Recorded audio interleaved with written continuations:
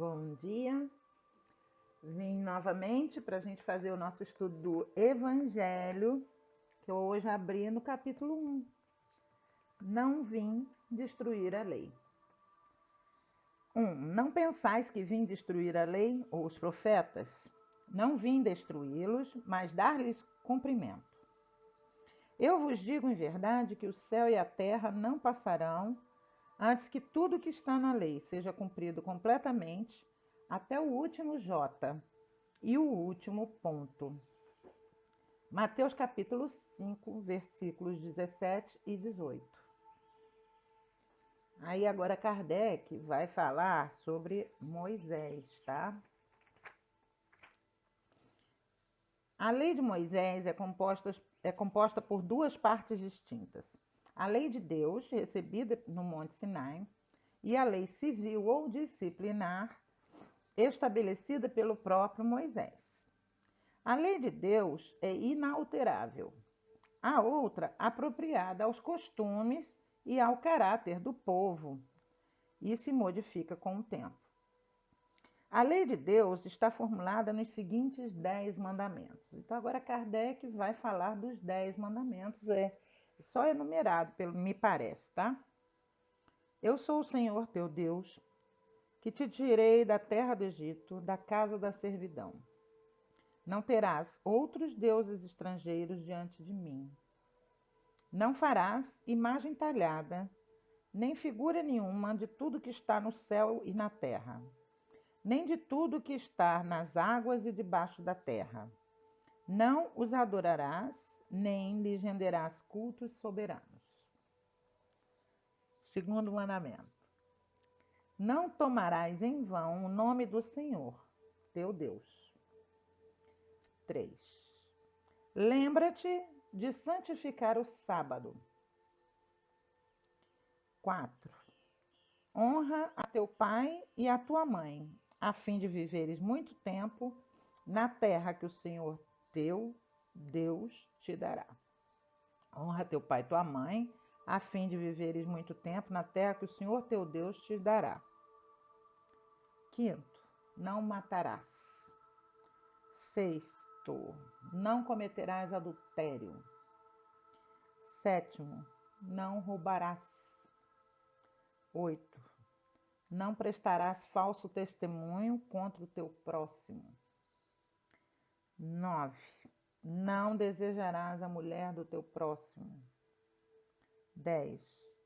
Não desejarás a casa do teu próximo, nem o seu servo ou serva, nem seu boi, seu asno, ou qualquer outra coisa que lhe pertence. Essas são as leis de Deus, né? Dos 10 mandamentos. Esta é a lei de todos os tempos e de todos os países e que por isso mesmo tem um caráter divino. Todas as outras são leis estabelecidas por Moisés, que se via obrigado a conter pelo temor um povo naturalmente turbulento e indisciplinado, no qual tinha de combater os abusos e os preconceitos enraizados adquiridos durante a época da escravidão no Egito. Para dar autoridade às suas leis, ele atribuiu-lhes origem divina, assim como fizeram todos os legisladores dos povos primitivos. A autoridade do homem precisava se apoiar sobre a autoridade de Deus. Gente, isso foi até na monarquia, até, né, na Idade Média. Mas apenas a ideia de um Deus terrível podia impressionar homens ignorantes, nos quais o sentido moral e o sentimento de uma delicada justiça ainda estavam pouco desenvolvidos. É evidente que aquele que tinha incluído entre os seus mandamentos não matarás, não farás mal ao teu próximo, não poderia se contradizer fazendo do extermínio um dever. As leis mosaicas propriamente ditas tinham, portanto, um caráter essencialmente transitório.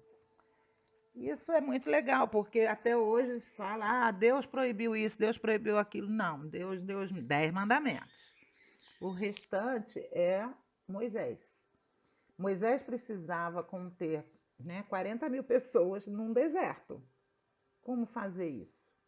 Como fazer, por exemplo, a profilaxia, se ali alguém adoecesse. Então, aí tem uma série de regras de higiene, de não comer coisas, né, perecíveis, como carne de porco, camarão, essas coisas, né?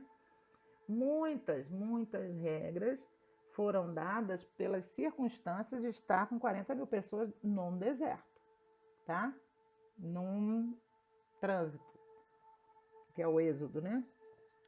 Gente, eu não ia não, mas eu vou. Eu vou falar do Cristo, vamos lá, que é o segundo tema daqui. Cristo, número 3. Jesus não veio destruir a lei, isto é, a lei de Deus. Ele veio cumpri-la, ou seja, desenvolvê-la, dar-lhe seu sentido verdadeiro e apropriá-la ao grau de adiantamento dos homens. É por isso que encontramos nessa lei os princípios dos deveres para com Deus e para com o próximo, que constituem a base de sua doutrina. Quanto às leis de Moisés, propriamente ditas, Jesus, ao contrário, modificou-as profundamente, tanto no conteúdo quanto na forma.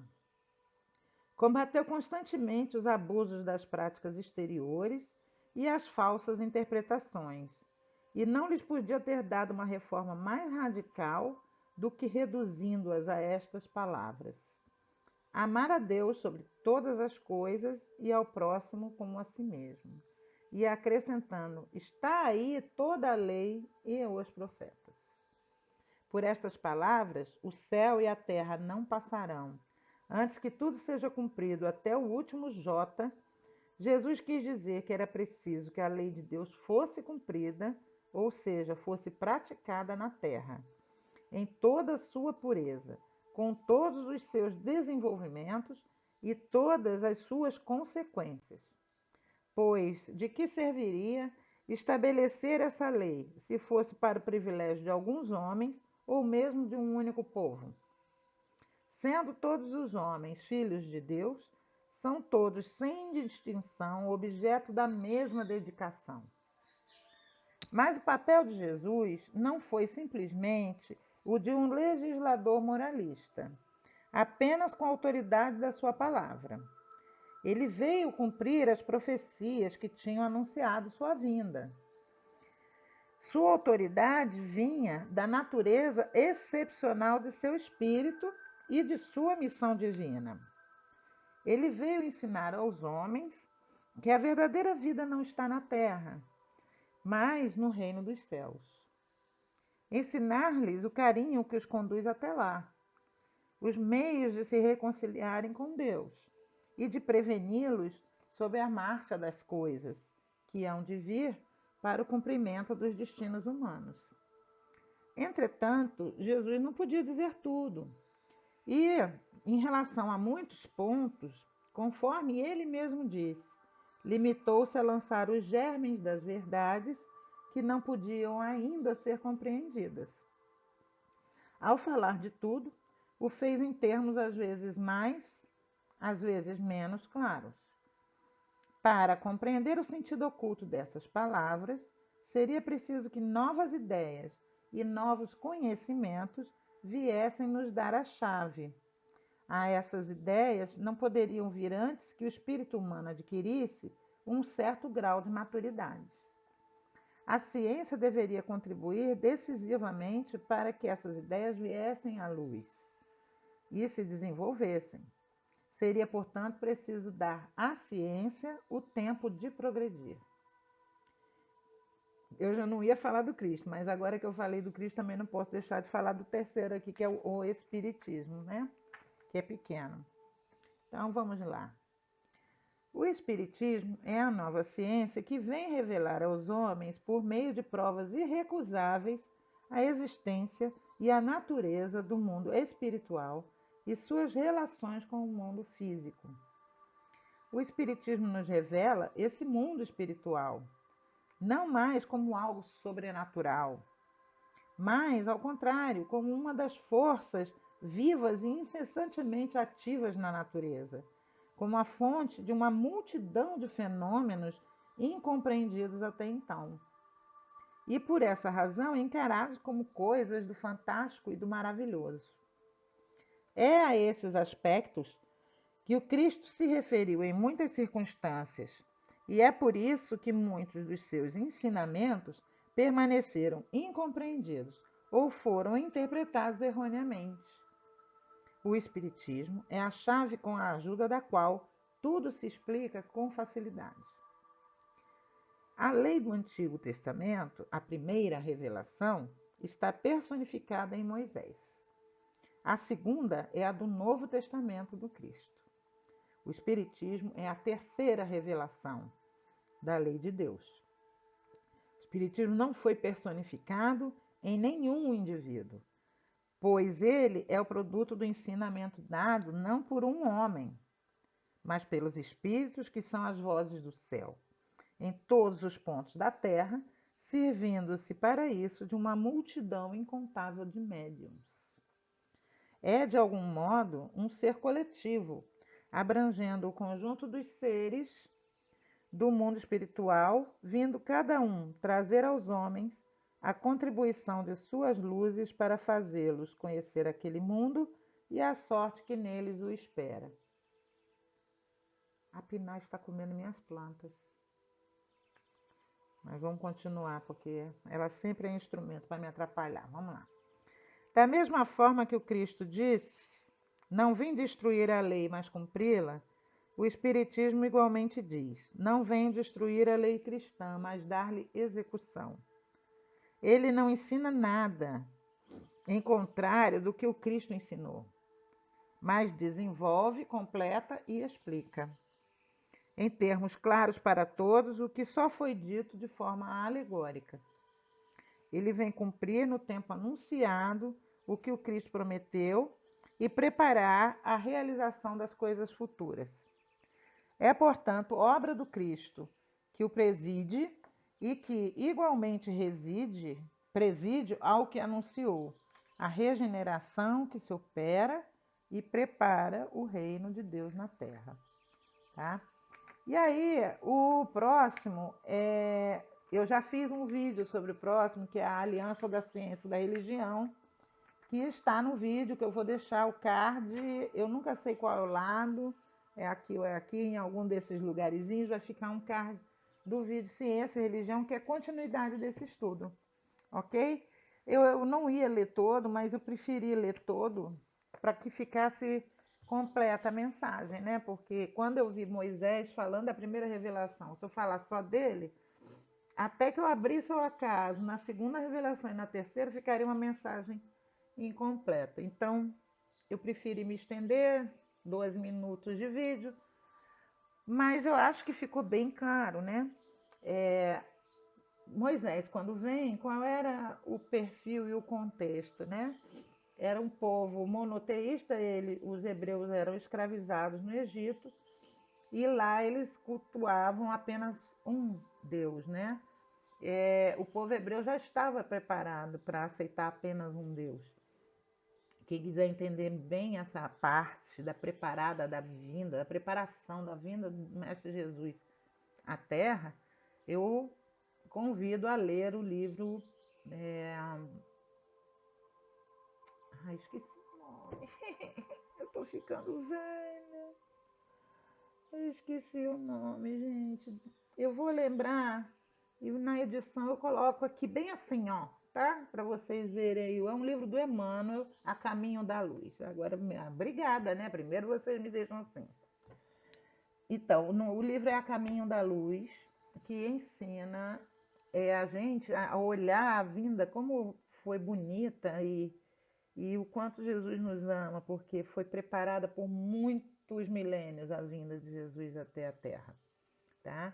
E Moisés foi apenas mais um dos que vieram anunciar a vinda de Jesus, né? Então, quando Moisés vem, o estado moral daquele povo ainda era extremamente embrutecido. Se na época de Jesus, 3.000 anos, 2.000, sei lá quantos anos depois, já era embrutecido, imagina no tempo de Moisés, né? Então, ali não tinha espaço para falar em dar outra face, ali não tinha espaço para falar em amar o seu inimigo. O máximo que tinha ali no Moisés era uma lei de temor, né? Dizendo que aquilo que você fizer ao outro, você sofrerá, que é a principal lei divina, que é a ação e reação, né? Causa e efeito. Essa lei, como eu disse no Ciência e Religião, essa lei, ela não só é uma lei moral, ela é uma lei física da natureza, né? Então é a lei que realmente preside toda a divindade. Então Moisés ele vem dar esta lei e junto com ele os 10 mandamentos. Em alguns vídeos eu já falei isso, né? Tudo que você lê na Bíblia que contrariar os 10 mandamentos, não aceite como verdade nem palavra de Deus, ok? Porque a palavra de Deus está nos 10 mandamentos. E tudo que tiver dentro do Novo Testamento de Jesus, né? Não falo nem dos Atos, estou falando do Novo Testamento. Tudo que Jesus fez e que está lá registrado, o que ele disse e o que ele fez. Então, se aquilo que você está lendo na Bíblia for contrário, né? Se tiver ali qualquer coisa que incite preconceito, que incite ódio, que incite guerra, não é de Deus, gente, não é de Deus. Nosso Deus é Pai, a não ser que você negue Jesus. Mas se você realmente crê em Jesus e aceita o que Jesus disse, que ele é o caminho, a verdade e a vida, então você tem que, em primeiro lugar, dar atenção ao Novo Testamento e aos 10 mandamentos. Essa é a lei que Jesus disse vir cumprir.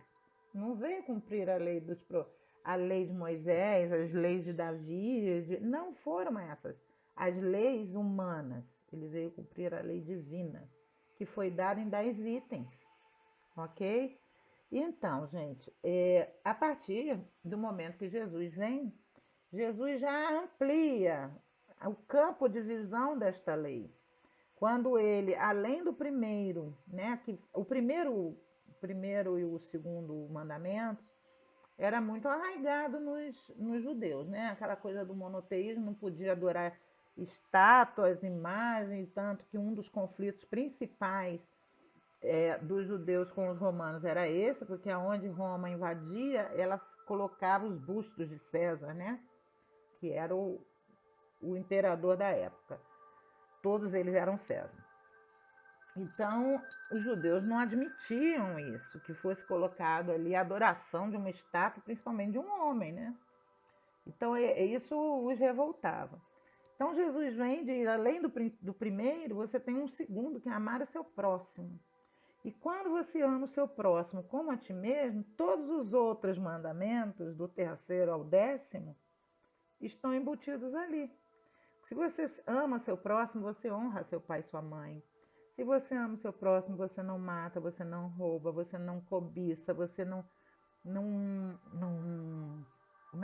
cobiça a coisa dos outros, você não presta falso testemunho. Tudo é consequência do amor ao próximo.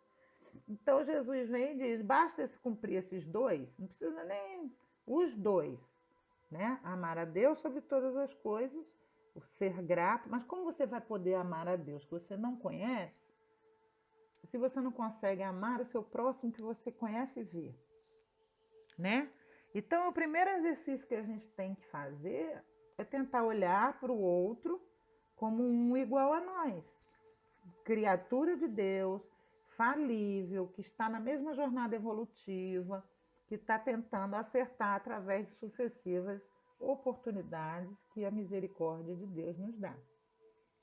E aí, como Jesus iria falar determinadas coisas naquela época, também para seres bastante embrutecidos, que só dependeriam da ciência, entendeu? Então, como por exemplo, Jesus poderia falar de energias, nem Kardec pôde falar de energias, ele usou o termo fluidos, né? A coisa da eletricidade, dos elétrons, do magnetismo, isso aí só tinha que esperar a ciência avançar. Jesus ainda tentou falar um pouco da reencarnação, já tinha algumas coisas de reencarnação nas próprias escrituras, mas Jesus é mais claro quando ele diz que Elias era João Batista, quando ele diz que ninguém chega a Deus se não renascer, né, na água e no espírito, entendeu? Então, esse renascer no espírito, na verdade, é o quê? É o aprimoramento através da água. O que é água? Hoje, 90% do nosso corpo é água. Aonde a gente é concebido? Numa bolsa d'água, né? O que rompe quando a gente vai nascer? Não é uma bolsa d'água? Então, gente, essas coisas foram dadas na linguagem que era apropriada para um determinado tempo, para um determinado nível de intelecto. Creio eu que a humanidade já, muito embora, né, aparentemente não esteja muito assim, mas a humanidade já evoluiu alguma coisa intelectualmente, até pela tecnologia que nós temos hoje, para poder entender a linguagem figurada de Jesus hoje, com as explicações que vieram, não é do Kardec. Kardec não fundou a religião, não, gente. O que o Kardec fez foi codificar, ou seja, juntar o que estava esparso. Isso, por exemplo, quer ver uma codificação? A CLT. Né? O que é a CLT? Uma consolidação das leis trabalhistas. Pegou várias leis que estavam esparsas e juntou num código só. O Código Civil também, várias leis, leis sobre os bens, leis sobre família, leis sobre a personalidade, junta tudo num código. E foi isso que Kardec fez, uma codificação. Ele juntou as mensagens que eram transmitidas em todas as partes da Europa por diversos médiuns que não se conheciam, submeteu isso ao crivo da razão, submeteu isso ao controle universal, ou seja, aquilo que é dito por diversos médiuns que não se conhecem, em locais diferentes, por entidades diferentes, tem uma probabilidade de se tornar uma lei universal. Então, agora, ele deixa o caminho aberto. Quando a ciência provar que algum elemento desta doutrina está equivocado, larguem a doutrina e sigam a ciência. Se hoje o ser humano é incapaz de fazer isso, o problema é do ser humano, mas é isso que Kardec propugna, tá? Eu acho muito interessante as pessoas se pautarem para o espiritismo somente pela codificação, porque você não tem ideia do que é o trabalho de Kardec se você não lê a Revista Espírita. E ela é interessantíssima, gente. Acho que são 12 anos, eu não tenho certeza, é de 1857, eu acho, a 1862. Tem, não sei quantos anos são, não. Eu vou até pesquisar isso, depois eu digo. Mas cada volume, cada ano, tinha 12 volumes, né? E o Kardec ali, ele vai o seguinte, cada vez que a Sociedade de Paris se reunia, ele fazia uma ata dessa reunião e na revista ele publicava os estudos que estavam sendo feitos. Então, as comunicações que tinham acontecido naquela reunião. Aí, quando aquela comunicação vinha com alguma novidade, alguma coisa assim que a razão ficava em dúvida, eles evocavam São Luís, submetiam a São Luís. Aí o Kardec enviava esse assunto para diversos centros da França, e aí esperava, aguardava as respostas. Quando vinham as respostas, ele juntava, analisava, e só assim aquilo iria ser considerado um ensinamento dos espíritos. Então, quando ele faz o Livro dos Espíritos, ele já tinha todo esse trabalho desenvolvido, entendeu? Então, a Revista Espírita, ela conta como foi feito o Livro dos Médiuns, como foi feito o Evangelho, né? Você vai ver na Revista Espírita textos que ele colocou, né, na codificação. E, principalmente, um alerta que eu já dei aqui, leiam com muita cautela obras póstumas, porque ali eram estudos que Kardec ainda estava submetendo à razão, submetendo à falange, por isso não tinha publicado. Aí os companheiros da Sociedade de Paris, para preservar os estudos de Kardec, compuseram obras póstumas. Mas ali não é, né? Se você considera isso codificação, não considere. Aquilo ali são estudos que ficaram até para a posteridade, poderia o movimento espírita se encarregar de dar prosseguimento, né? Temos tantos médiuns, temos tanta internet aí, tantas maneiras de hoje fazer o controle universal no mundo inteiro, não só no espiritismo, com todas as religiões, com todos os médiuns, pagos ou não pagos, né? Profissionais ou amadores, digamos assim, e você coletar isso tudo que está sendo dito e fazer um belo de um controle juntamente cruzado com a ciência. Temos condições de fazer isso hoje e eu fico admirada. Poucos, eu admiro demais o Haroldo Dutra, porque ele corre atrás disso e ele é muito a cabeça aberta para esse tipo de coisa, para admitir os conhecimentos, sem tirar a mão da doutrina. Você está lá, você está agarrado sim na doutrina, mas guiando a sua pesquisa para todos os lados, o olho aberto para todos os lados. Da mesma forma que eu aprecio a Nete Guimarães, porque ela está agarrada na doutrina, ela conhece bem a doutrina, mas ela está ali na ciência, pesquisando o que está na ciência que venha corroborar, esclarecer os ensinamentos da doutrina. Então, não por isso, esse é o motivo porque o Espiritismo é a terceira revelação. Porque ele vem não só para nos esclarecer, mas ele vem principalmente para consolar. Quando a gente vê o trabalho das cartas consoladoras de Chico Xavier, né? A quantidade de mães, de parentes que foram consolados com as mensagens dos seus entes queridos que haviam desencarnado. E hoje dá prosseguimento esse trabalho através de Fátima, né? Com o médium Fernando Bem, é fantástico, é muito bacana, porque é o trabalho da consolação, né? E a gente teria, né? A FEB deveria promover um pouco mais isso, não sei se eu que estou desinformada, né? Um, um enfoque mais científico da doutrina, não tão religioso. Por quê? Porque a nossa sociedade hoje, ela existe isso, ela é muito materialista, não dá para ficar só na parte religiosa, muito embora necessite, muito embora esteja sedento disso, eu acho que a ciência e a parte material que vem corroborar, né, o espiritismo, ela vai funcionar como um belo chamariz, ok? É o que eu tinha, espero que eu tenha contribuído para o aprendizado de todos. É sempre bom a gente estar com o Evangelho, né? Iluminando nosso caminho. Eu desejo a todos vocês um excelente fim de semana. Um beijo da Lelê.